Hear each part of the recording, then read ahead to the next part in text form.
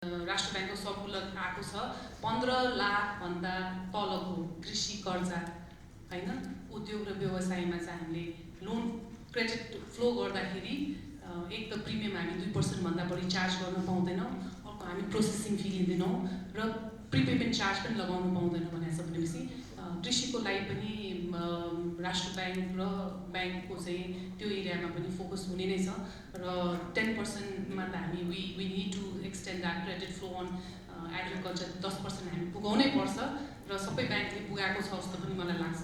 ग्लोबलाइजेसनको कुरा गर्दाखेरि हाम्रो चाहिँ प्रायोरिटी सेक्टरमा जुन राष्ट्र ब्याङ्कले 25% भनेको थियो त्यो चाहिँ हामीले पुरा गर्न हामीले भनौँ न we've met that target, we've complied with the regulatory norms. So I think I probably would talk more on the next questions, and I would like to pass on the floor to the next panelist, because if I go on and on, I think I'll cover the entire session. Thank you.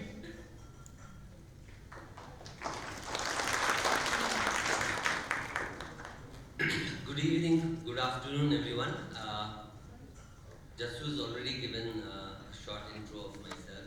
I've been in FMCG for almost now 23 to 24 years. So what RTG has given you a very wide macro view of what is happening or what is the situation right now. I would like to go a little bit more micro and then see, I'd like to tell two things. One, what are the issues or what are the challenges that I don't know about all of us, but I or my company as such, what is that we are facing right now, okay? And then I'll also come into what are the opportunities we see as a company, I see as a professional.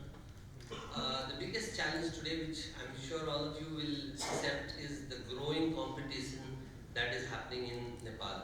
When I came to Nepal some 17 years back, the only competition Dabur faced was a little bit of Unilever and some other companies who were trading certain FMCG products and importing to Nepal and selling. Now what happened in that was those companies were never interested to build a brand. Whoever got it for a profit motive. They got it as a trading. But now if you see today, almost about 18 years further, just to talk about the juice and beverage category, today you find so many local products, or of course there are a lot of imports, but what I find today is when we launched Real Juice, I think the only competition was fruity. Okay? That also, if you categorize juice, beverages and drinks, juice nectars and drinks, we were into the juice category, and then over the period of time, what has happened is some other competition came. Today there are more than 7 to 8 brands that are manufactured locally in Nepal. Okay, the Tetra Pak technology that we pack our juices is the expensive, investment. But with coming up of again competition happened to Tetra Pak also worldwide. So there are a lot of Chinese companies who are making similar machines with similar packaging laminates at a much cheaper cost. So that has helped our local entrepreneurs to invest into that and get it. So the biggest challenge that we face today is competition, be it domestic competition or international competition. The next challenge that I see is what is happening is we say Nepal employment problems, काम पाउँदैन. But if you come to the other side of the fence and see, we say, I think some of our panelists and many of you are managers here, many of you recruit people, it is difficult to get good people. It's difficult to get the right people. So what is happening, what I see what is happening in Nepal is people come, yes, you get good people, but they do not stay with you for long. They pursue either, see at every SEC level, SEC C and a D class people, they want to go to Dubai or Qatar for whatever job they have. If you see at the middle SEC B level, again there are people and students want to study for some time and then they either go to Australia or to UK, and then there is another class of people who wants to go and pursue their studies or pursue some kind of job elsewhere, either in the US, Australia, Germany, or parts of Europe. So what is happening is the youth force in Nepal is almost moving out in a much faster rate. And then the companies say we don't have right people, we don't have good people, and again there is again a void where many people are again struggling for employment. So this balance somewhere I feel will take some time for this balance to happen. So retaining good manpower is again similar. If you talk in HR terms, retaining good manpower is good. We feel we are paying well, but tomorrow you see somebody else is paying even better, and he goes and works there. He works for X number of months, years, and then again. So it is becoming, ever challenging for companies, for HR people to, retain people. At one time, I think 5, 6 years back, oh, we pay well, we pay well. But suddenly after 2 years, we saw all our people leaving and joining jobs somewhere else and getting much better salaries.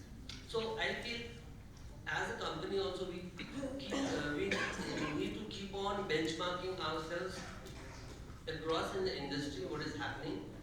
Sometimes we lose out, we always feel, oh, we are MNC, you are paying well, so people come to you. I think it's not true because now everybody is paying well for right kind of people. So that's another, good manpower is another challenge. The other challenges that I see is in the manufacturing sector, power used to be a problem. A kind of it's fading out now. We're getting more power, so manufacturing costs are going down. But nonetheless, the cost of other raw materials and packaging materials are going up. But if you see Dabur as such, 50% of our portfolio is beverages. We sell real juices, and the rest 50% are other categories like hair oil, oral care, home care, and health supplements. And then there is a small part which we are known for, which is the Ayurvedic medicines. But if you see, 50% of our business comes from beverage, and then 50% of our business we cater to a small MRP products, like it's below 25 rupees. So we sell products which is the unit of a product costs less. So the biggest challenge there is to maintain the price. Sugar ka daam badha, paper ka daam badha, labor cost badha, all our salaries has to go up. Just imagine if we don't get a salary hike, everybody has a grumpy face. So we all want salary growth, we all want growth, but the biggest challenge is if we raise the price, what will happen? So that's the biggest challenge, especially in the FMCG, what I've seen, whether it's me or any other competition, the biggest challenge is maintaining the cost and the price, balancing the cost and the price. So these, I feel, are few of the challenges. Yes, there are many other challenges. But another thing, on the brighter side, I see a good opportunity because we were just talking back in the room behind. We were saying Nepali people spend a lot of money. And then he was saying an average Nepali spends 80% of his earnings. Whereas in India, the spending is hardly around 45%. So, and then he said, I didn't know that. If you go down South India, even they spend less. The spending is around 25%. So it is, I see as a businessman, as a a company person, as a professional, I see that is a very big opportunity for companies and people doing business in Nepal, because we Nepalis spend a lot of money. And out of that 50%, a huge chunk of money goes on food. We spend a lot of money on food, and I also, that's why I wonder, why so many restaurants in Kathmandu and across Nepal thrive so well. जसले पनि restaurant खोल्छ, bar खोल्छ, club खोल्छ, सबै चलिरहेको छ, and everyone is happy. So that is something which is a big opportunity I see, and especially in FMCG, whenever we launch a new product, a very high trial rate happens in Nepal. Sometimes company like it becomes as a it allures you also, because first 1 year you have fantastic sale for a new product, but from next year you suddenly find people not using it. So, you know, like the trial rates are very high in Nepal. People want to try new things. While exactly the opposite happens in India, the trial rates are very, very low. People don't want to try new things. People don't want to change from toothpaste A to toothpaste B or hair oil A to hair oil B. And especially food method, no, people don't want to take a chance. But in Nepal, what I see, we have observed over the years through number of researches and studies, we see people are very open into accepting new products. And expenditure also. Pardon? And they spend a lot, right? And then so they spend. I would like to just tell you, like, we have a few more questions also. Yeah, you are sure. wrapping up everything in one, see? Let us finish. Hi, good evening everyone. I am Mukund Gibiri. Jasu Shrestha has given my introduction. That is more than enough. So, see, issues.